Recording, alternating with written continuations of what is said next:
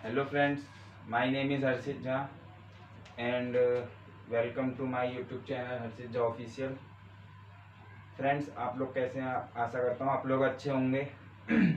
जैसा कि हमने कल प्रकाश के परावर्तन के बारे में, प्रकाश के बारे में जान लिया था, आज उससे आगे की वीडियो स्टार्ट करेंगे हम। ठीक है, इसमें हम आज क्या पढ़ेंगे, पहले दर्पण के बारे में समझेंगे। मैंने बताया था कि आज हम दर्पण के बारे में पढ़ेंगे। ठीक है, तो दर्पण कितने प्रकार के होते हैं, कौन कौन से होते हैं, कैसे कैसे वर्क करता है, और दर्पण के जो अंग हैं वो क्या क्या होते हैं। ठीक है, तो इसके बारे में आज हम स्टडी करेंगे। और उसके बाद हम क्या करेंगे, प्रकाश का पूर्ण आंतरिक परावर्तन क्या होता है। ठीक है, और अपवर्तन जो है इसके अगले पार्ट में बताऊंगा। मैंने कहा था आज बताऊंगा, लेकिन नहीं, क्योंकि अभी परावर्तन जो आज है पूर्ण आंतरिक परावर्तन, उसे समझाने में थोड़ा टाइम लगेगा, तो उससे क्या वीडियो लंबी हो सकती है, इसीलिए हम लंबी नहीं करेंगे। क्योंकि कोई भी चीज़ ज़्यादा करने पर ना समझ में नहीं आता है। समझ रहे हो मेरी बात को? अगर तुम्हें पेट भर के खाना खा रखा है, उसके बाद भी तुम कहो नहीं खाओ, तुम्हारा मन नहीं भरा, खाते जाओ खाते जाओ, तो तुम्हारा मन क्या होगा, उल्टी हो जाएगी, पेट में रहेगा ही नहीं कुछ भी। तो इसका मतलब क्या है, इसीलिए मैं आज थोड़ा सा बताऊंगा परावर्तन के बारे में। अपवर्तन अगले दिन, नेक्स्ट डे, पार्ट 3 में। आज मैं पार्ट 2 की वीडियो बना रहा हूँ, तो इसमें से परावर्तन के बारे में थोड़ा सा समझ लेते हैं। ठीक है, तो सबसे पहले देरी ना करते हुए मैं दर्पण स्टार्ट करता हूँ। तो दर्पण कौन कौन से होते हैं, कितने प्रकार के होते हैं, और कैसे कैसे कार्य करता है। तो दर्पण, दर्पण मीन्स मिरर। दर्पण दो प्रकार के होते हैं, गोलीय दर्पण, समतल दर्पण। गोलीय दर्पण मीन्स स्फेरिकल मिरर, समतल दर्पण प्लेन मिरर। ठीक है, अब जो गोलीय दर्पण है, स्फेरिकल मिरर, ये भी दो प्रकार के होते हैं। एक होता है अवतल दर्पण, एक होता है उत्तल दर्पण। अवतल दर्पण को कहते हैं कॉनकेव मिरर, उत्तल दर्पण को कहते हैं कॉन्वेक्स मिरर, और समतल दर्पण को कहते हैं प्लेन मिरर। ठीक है, अब जो है अवतल दर्पण यानी कि कॉनकेव मिरर, इसकी ये क्या है, एक गोलीय दर्पण है। गोलीय दर्पण, इसका नाम क्यों रखा है? गोलीय से समझ में आ रहा होगा कि मतलब गोला। ठीक है, गोला। और दर्पण मीन्स शीशा। दर्पण मीन्स होता है किसी चीज में दिखना, किसी चीज का। ठीक है ना, तो किसी चीज में देखेंगे तो उसे हम शीशा कहेंगे, तो इसीलिए उसका नाम है दर्पण। तो मान लिया गोलीय से गोल, गोला।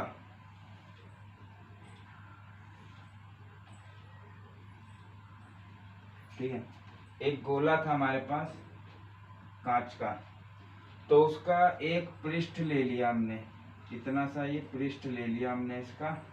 ठीक है, और बाकी को मैंने क्या कर दिया, इरेज कर दिया, या फिर बने रहने दो, पूरे को बने रहने दो, समझने में आसानी होगी।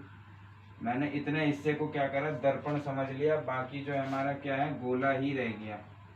ठीक है, यानी कि एक गोल शीशे में से एक छोटा सा आंशिक भाग निकाल के हमने उसको क्या बनाया, अवतल दर्पण। ठीक है, इस अवतल दर्पण की जो पॉलिश होती है वो बाहर की तरफ होती है।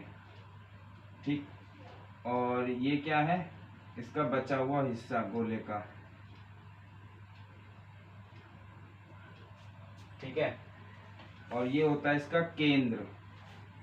ठीक, तो ये क्या है, अवतल दर्पण है। इसी प्रकार से उत्तल दर्पण है।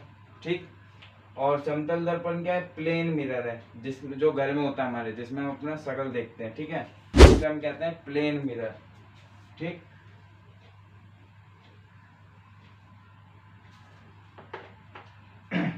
जब कोई अवतल दर्पण के ऊपर प्रकाश की किरण आती है ना, तो वो यहाँ टकराकर यहाँ से निकल जाती है, मुख्य अक्ष कहते हैं। इस लाइन को जो है क्या कहते हैं, मुख्य अक्ष।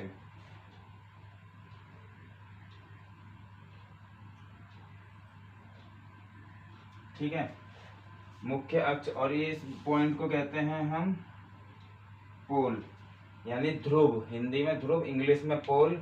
हिंदी में मुख्य अक्ष, इंग्लिश में प्रिंसिपल एक्सिस। ठीक है, जब इस प्रिंसिपल एक्सिस के पैरेलल कोई किरण, ठीक है, रोशनी की किरण जो है यहाँ पड़ती है दर्पण पर, और उस दर्पण से टकराकर वो मुख्य अक्ष को काटती हुई निकल जाती है। ठीक है, तो इस प्रकार से एक और किरण आती है जो कि क्या होती है, वक्रता त्रिज्या को काटती है।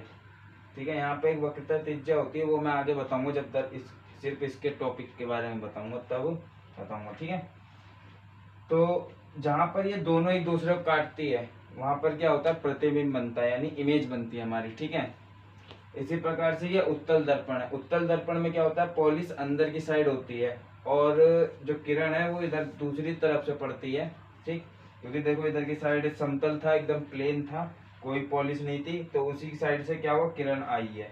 तो यहाँ पर पॉलिशदार इधर का हिस्सा है, उधर का हिस्सा क्या है, प्लेन है, चिकना है, तो प्रकाश उस पे आई। ये मुख्य अक्ष है, इसका भी ध्रुव वही है, सेम चीज। तो यहाँ पर एक पैरेलल किरण आई जो यहाँ शीशे से टकराई, ठीक है, उत्तल दर्पण यानी कॉन्वेक्स मिरर से टकरा कर निकल गई। और आप देख रहे होंगे क्या डॉटेड लाइन है, ये डॉटेड लाइन क्या है, ये डॉटेड लाइन ये है, इसको मैं थोड़ा बड़ा करके बताता हूँ। यहाँ पे छोटा दिख रहा होगा आपको,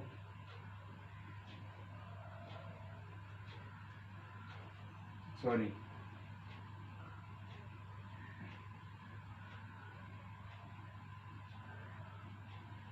ठीक है। ये हमारे क्या है, उत्तल दर्पण है, ठीक है।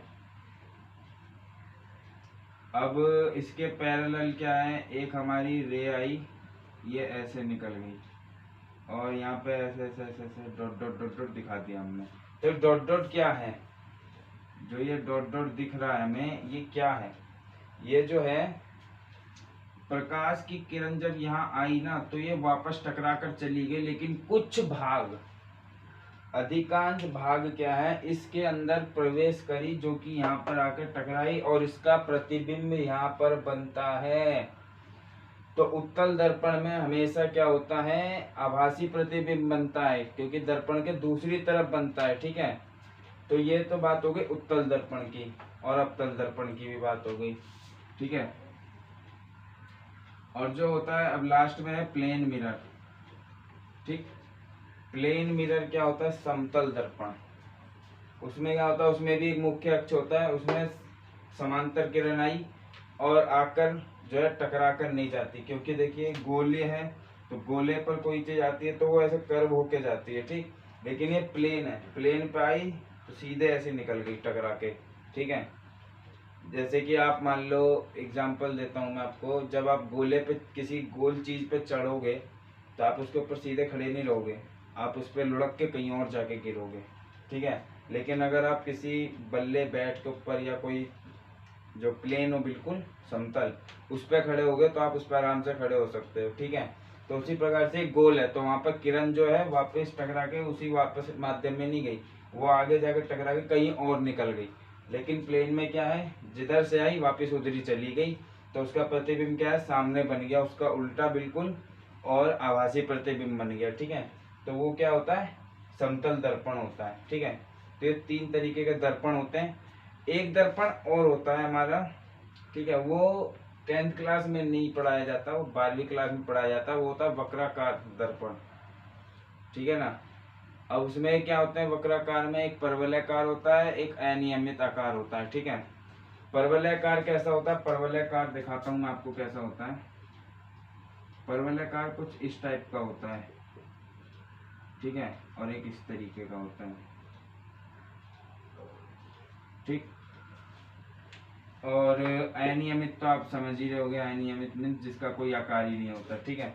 तो वो अभी हमें पढ़ने की जरूरत नहीं है, वो 12वीं क्लास में आएगा, तो हम 12वीं क्लास की जब वीडियो में बनाऊंगा तो उसमें आप देख लेना, उसमें समझ जाना ठीक है। अब इससे आगे हम आगे की बात करते हैं, इससे आगे की, ठीक है।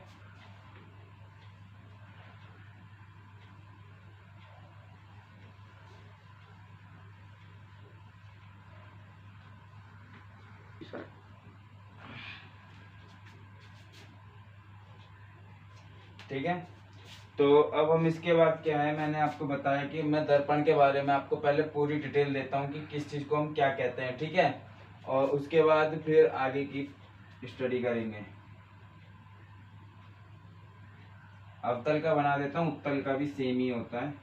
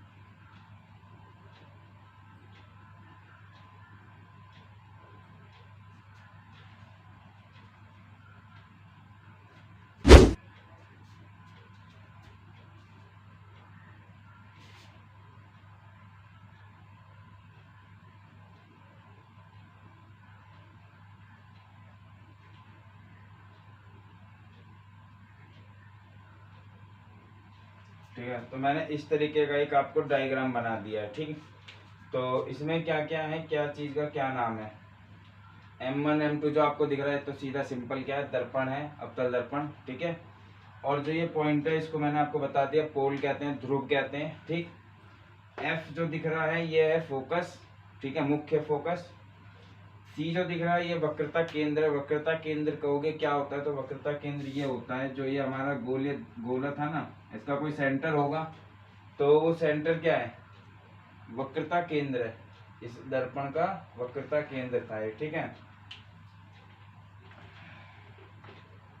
और ये क्या है, ये लाइन जो है ये मुख्य अक्ष है, ठीक, मुख्य अक्ष जो बताया था अभी आपको। तो अब जो है ये वक्रता केंद्र से इस ध्रुव तक की जो दूरी होती है इसे R से डिनोट करते हैं, कैपिटल R लिख लो या स्मॉल r, ठीक है। उसे हम क्या कहते हैं, वक्रता त्रिज्या, ठीक है। इंग्लिश में कहते हैं रेडियस ऑफ कर्वेचर, और इसे कहते हैं इंग्लिश में सेंटर ऑफ कर्वेचर, ठीक है। इसे फोकस कहते हैं, ठीक है। मुख्य अक्ष को प्रिंसिपल एक्सिस, ध्रुव को पोल, ठीक।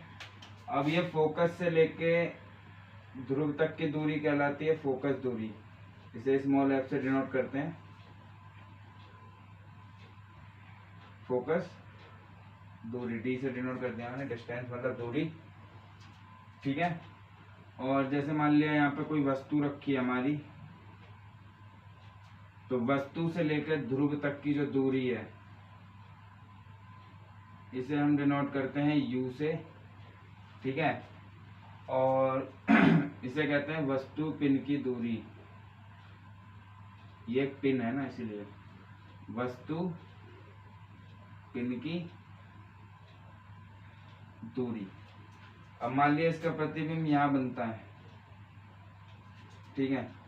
तो यहाँ से लेकर यहाँ तक यानी पोल तक की दूरी क्या होती है, v से डिनोट करते हैं और कहते हैं प्रतिबिंब की दूरी,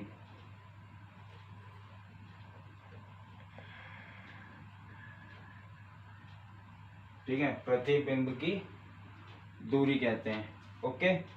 तो ये तो बात हो गई हमारी अवतल दर्पण की, यहाँ लिख देता हूं मैं अवतल दर्पण,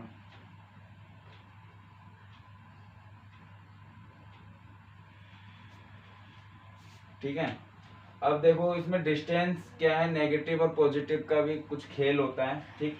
अब वो खेल कैसे खेलते हैं वो देखो, मैं थोड़ा यहाँ पे समझाता हूँ आपको। पहले क्वाड्रेंट को समझो। क्वाड्रेंट जो है ना, इसके इस एरिया में प्लस होता है, इसमें माइनस होता है, इसमें प्लस होता है, सॉरी इसमें माइनस होता है, इसमें भी माइनस होता है, लेकिन क्या किसके हिसाब से, यहाँ पर x और y दोनों प्लस होते हैं, ठीक। यहाँ पर x एक्सिस माइनस होता है, y एक्सिस पॉजिटिव होता है, यहाँ दोनों ही नेगेटिव होते हैं। यहाँ पर जो है आपका x पॉजिटिव होता है, y नेगेटिव होता है, ठीक है। तो इस हिसाब से हम इसको समझेंगे। अब ये मुख्य अक्ष जो है आगे तक जा सकता है, और यहाँ पर हमने एक क्या है लंब डाल दिया है।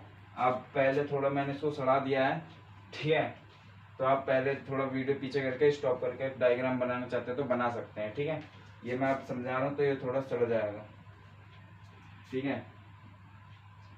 तो ये मुख्य अक्ष मैंने आगे तक कर दिया है। अब देखेंगे तो ये हमें क्वाड्रेंट की तरह दिख रहा है, ये और ये क्वाड्रेंट की तरह ही दिख रहा होगा। ये रहा, ये वाली लाइन को मैंने मान लिया y एक्सिस, इसको मान लिया x एक्सिस, ठीक है। अब देखेंगे जो ये हमारी वस्तु है, ठीक। एक चीज और होती है, ये जो वस्तु है इसकी कुछ लंबाई होगी ना, तो उस लंबाई को हम क्या कहते हैं, I से डिनोट करते हैं, और उसे कहते हैं वस्तु की लंबाई। और प्रतिबिंब का भी ऐसी, सॉरी O ऑब्जेक्ट, और ये जो इमेज होता है इसका प्रतिबिंब, उसे प्रतिबिंब की लंबाई कहते हैं और I से डिनोट करते हैं, ठीक है। तो अब ये नेगेटिव पॉजिटिव क्या सिस्टम है इसको समझते हैं थोड़ा सा। देखेंगे कि ये जो है क्वाड्रेंट का y एक्सिस, सारी चीज हमारी इसके इधर ही है, ठीक। अब इधर तो है, लेकिन ये वस्तु किधर की साइड है, ऊपर की साइड है या नीचे की साइड है, ये देखते हैं। वस्तु जो है ऊपर की साइड है, तो इसका ऑब्जेक्ट जो है वो क्या होगा, पॉजिटिव होगा या नेगेटिव होगा। ये देखिए यहाँ पर ये वाली लाइन ऊपर जा रही है, ठीक है। तो ऊपर जा रही है तो क्या कहलाएगा वो ऊपर वाली लाइन, ये वाई एक्सिस है, पॉजिटिव लाइन है कि नहीं, पॉजिटिव है। तो ये वस्तु की लंबाई तो क्या होगी, पॉजिटिव होगी, ठीक है। लेकिन ये जो है वस्तु की दूरी, ये इसके इधर ही है, ठीक है। तो ये वस्तु की दूरी जो है वो नेगेटिव होगी। इसके लिए अलग क्वाड्रेंट ग्राफ है। कहीं आप कहोगे कि नहीं ये तो वस्तु तो इधर की साइड रखी है, आप पॉजिटिव कैसे कर रहे हैं। वस्तु के लिए दूसरा क्वाड्रेंट है, ठीक है। यहाँ पर भी एक क्वाड्रेंट जनरेट करोगे तो ये वाई एक्सिस है, ठीक है। तो इसीलिए यहाँ पर ये क्या है, इसकी लंबाई पॉजिटिव है। और लेकिन ये वस्तु की जो दूरी है वो नेगेटिव है, क्योंकि ये पूरा दर्पण का जो क्वाड्रेंट है वो वस्तु उसके नेगेटिव साइड में रखी है, वो भी एक्स एक्सिस पर। तो एक्स एक्सिस की दूरी देख रहे हैं हम, तो वो क्या होगी, नेगेटिव में होगी, क्योंकि यहाँ एक्स क्या है, नेगेटिव है, ठीक है। अब प्रतिबिंब जो है, प्रतिबिंब नीचे की ओर बनना है, नीचे की ओर वाई क्या है, नेगेटिव। तो वस्तु की लंबाई क्या होगी, नेगेटिव होगी, ठीक है। और जो यहाँ से यहाँ तक की दूरी होगी वी, वो भी बस क्या है, इधर की साइड ही बन रहा है। तो यहाँ तो एक्स भी नेगेटिव, वाई भी नेगेटिव है, तो ये भी क्या होगा, नेगेटिव होगा। वक्रता केंद्र है, वक्रता केंद्र भी इसी साइड है, तो ये भी नेगेटिव में ही आएगा। फोकस दूरी भी इधर है, फोकस दूरी भी नेगेटिव में आएगी, ठीक है। लेकिन ओ वक्रता त्रिज्या क्या होती है, वक्रता त्रिज्या भी इधर की साइड है, तो नेगेटिव में ही रहेगी, ठीक है। अब एक रिलेशन और होता है, जो फोकस दूरी है ना, वो वक्रता त्रिज्या की क्या होती है, आधी होती है, ठीक। मीटर में, सेंटीमीटर में, जो भी है वो इसकी यूनिट हो जाएगी, ठीक। अब वक्रता त्रिज्या की आधी कैसे है ये समझ लेते हैं थोड़ा सा। यहाँ से यहाँ तक की दूरी r है, वक्रता त्रिज्या, f इसकी ठीक आधी होती है, ठीक। इसीलिए ये क्या है, वक्रता त्रिज्या की आधी होती है फोकस दूरी, ठीक है ना। तो ये सारी चीजें जो हैं किसके ऊपर हैं, अवतल दर्पण के जितने भी ऑब्जेक्ट, जितना भी इसका पॉइंट्स है, सब चीज मैंने आपको क्लियर कर दिया है, ठीक है। आप इसको नोट कर सकते हैं।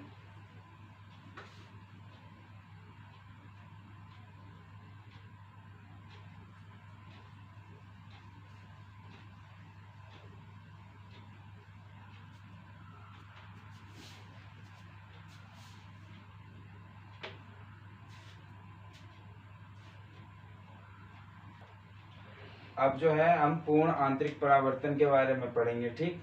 पूर्ण आंतरिक परावर्तन, इसका मतलब क्या है, पूर्ण मीन्स पूरा, आंतरिक मीन्स अंदर, परावर्तन मीन्स कल जो बताया था परावर्तन, परा को हट जाओ, ठीक है। इसका मतलब परावर्तन हो रहा है, ठीक। आंतरिक परावर्तन में क्या होता है, एक ऐसी स्थिति होती है कि प्रकाश जब विरल माध्यम से सघन माध्यम में, सघन माध्यम से विरल माध्यम में जाता है, तो अभिलंब से क्या होता है, अलग हटता है, ठीक। तो जैसे जैसे उसका आपतन कोण बढ़ाते जाते हैं ना, वैसे वैसे उसका अपवर्तन कोण भी बढ़ता जाता है, और एक निश्चित जो उसकी सीमा होती है वहां पर क्या होता है, एक 90 डिग्री का एंगल बन जाता है। और वहां 90 डिग्री का एंगल बनने के बाद क्या होता है, जब और थोड़ा सा बढ़ा देते हैं तो वो प्रकाश जो है अपवर्तित ना होकर पूर्ण परावर्तित हो जाती है, यानी कि दूसरे माध्यम में नहीं जाती, वो वापस उसी माध्यम में आ जाती है। इसी को हम क्या कहते हैं, पूर्ण आंतरिक परावर्तन, ठीक है ना। जैसे मैंने यहाँ 3 डायग्राम बना रखे हैं पहले से, तो डायग्राम से समझते हैं। जैसे मान लिया ये हमारा क्या है, माध्यम है, एक सघन है, एक विरल है। तो यहाँ पर सघन विरल है, यहाँ पर नॉर्मल है कि एक शीशा है। हम इमेजिन कर रहे हैं एक बार कि मान लिया कोई शीशा है, उसमें कोई रोशनी आई तो हम सोचते हैं कि भाई पार हो जानी चाहिए, तो ऐसा नहीं होता है। रियल केस में ऐसा होता है, ठीक है। हमने सोचा था ऐसा, लेकिन हुआ कैसा, ऐसा, ठीक। तो ऐसा क्यों हुआ, क्योंकि ये जो है विरल माध्यम है और ये सघन माध्यम है। सघन मीन्स क्या होता है, सघन मीन्स भरा हुआ एकदम, विरल मीन्स क्या होता है, खुला। विरल मीन्स क्या होता है, जैसे हवा, वायु है, ये सब विरल माध्यम है। और सघन माध्यम क्या है, कांच, पानी, ये सब क्या है, सघन माध्यम, ठीक है। तो मैंने कल भी बताया था, प्रकाश की चाल अलग अलग माध्यम में अलग अलग होती है, ठीक। तो प्रकाश यहाँ से आई, यहाँ पर एक नॉर्मल होता है हमारा अभिलंब, प्रकाश यहाँ से आई, उसको इधर जाना था, लेकिन वो क्या हुआ, अभिलंब से थोड़ा दूर हट गई। ठीक है, अभिलंब से थोड़ा दूर हट गई और वो इस तरीके से निकल गई। तो ये क्या होता है, अपवर्तन होता है। लेकिन जब इसका एंगल और बढ़ा देते हैं तो वो क्या होता है, और घटता है, फिर और बढ़ाते हैं और घटता है, और बढ़ाते हैं और घटता है। तो एक स्थिति पे क्या होता है, 90 डिग्री का एंगल बन जाता है। ठीक है, तो उस 90 डिग्री के एंगल को ही हम क्या कहते हैं, क्रांतिक कोण। ठीक है, जो ये 90 डिग्री का एंगल बन जाता है इसे हम कह देते हैं क्रांतिक कोण।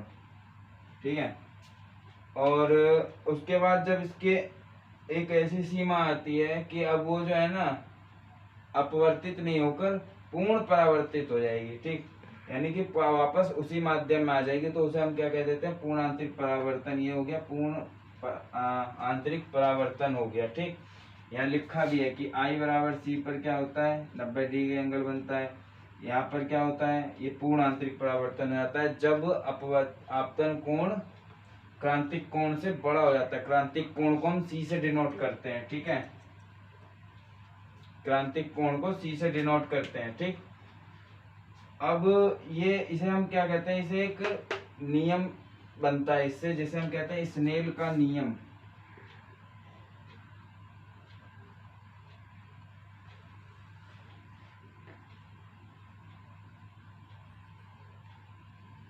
स्नेल का नियम, स्नेल्स लॉ।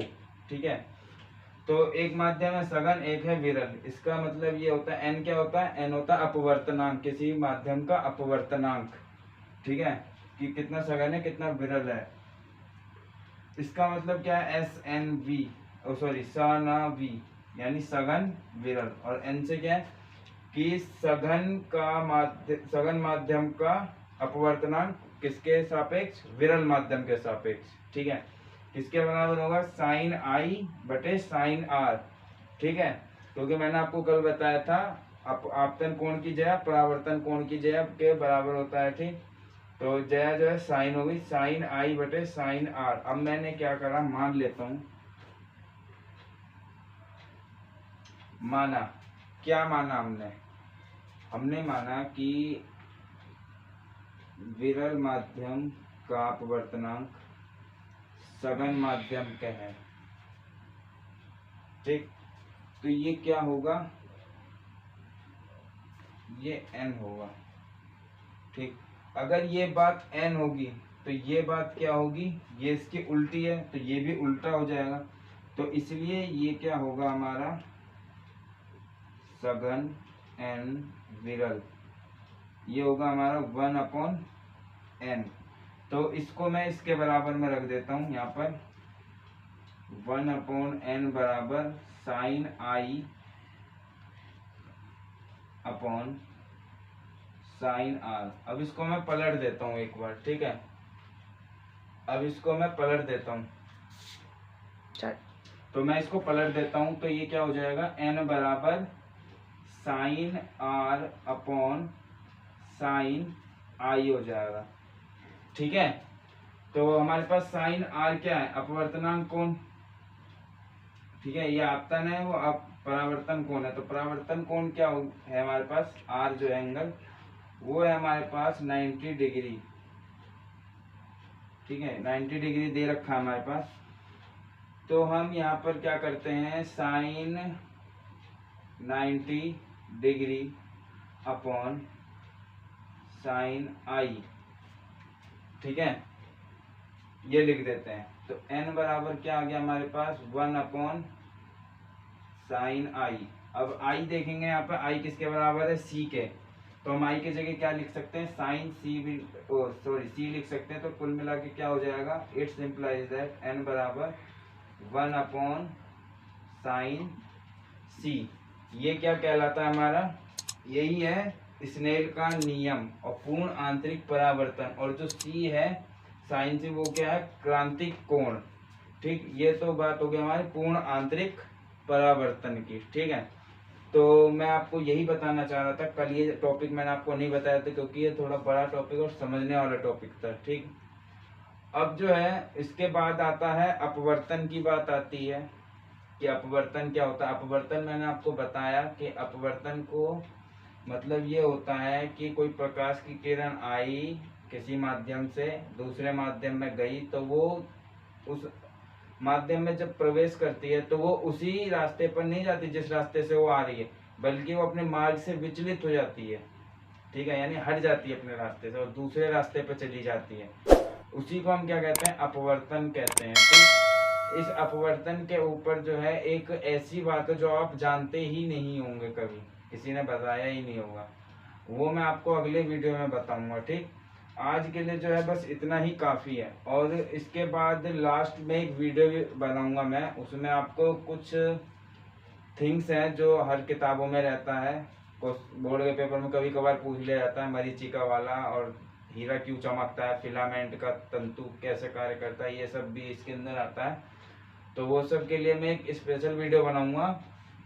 उसमें आपका क्या है, मरीचिका वरीचिका के बारे में रहेगा, और एक आपके उसके बारे में भी रहेगा, एक डेरिवेशन करवाऊंगा मैं उसमें, वो डेरिवेशन भी रहेगा उसके अंदर। ठीक है, उस वीडियो में वो एकदम लास्ट में बनेगी। कल जो है हम अपवर्तन स्टार्ट करेंगे और अपवर्तन के नियम पढ़ेंगे, और दर्पण का अपवर्तन में जो होता है तुम्हारा, क्या कहते हैं उसको, अपवर्तित किरण वगैरह के बारे में, दर्पण से जो अपवर्तन होता है उसके बारे में भी पढ़ेंगे। ठीक है, तो आशा करता हूँ आपको वीडियो अच्छी लगी होगी। अगर अच्छी लगी होगी तो आप इसको लाइक करें, शेयर करें, कमेंट करें, और कोई भी अगर प्रॉब्लम है तो नीचे कमेंट बॉक्स में लिख सकते हैं। धन्यवाद।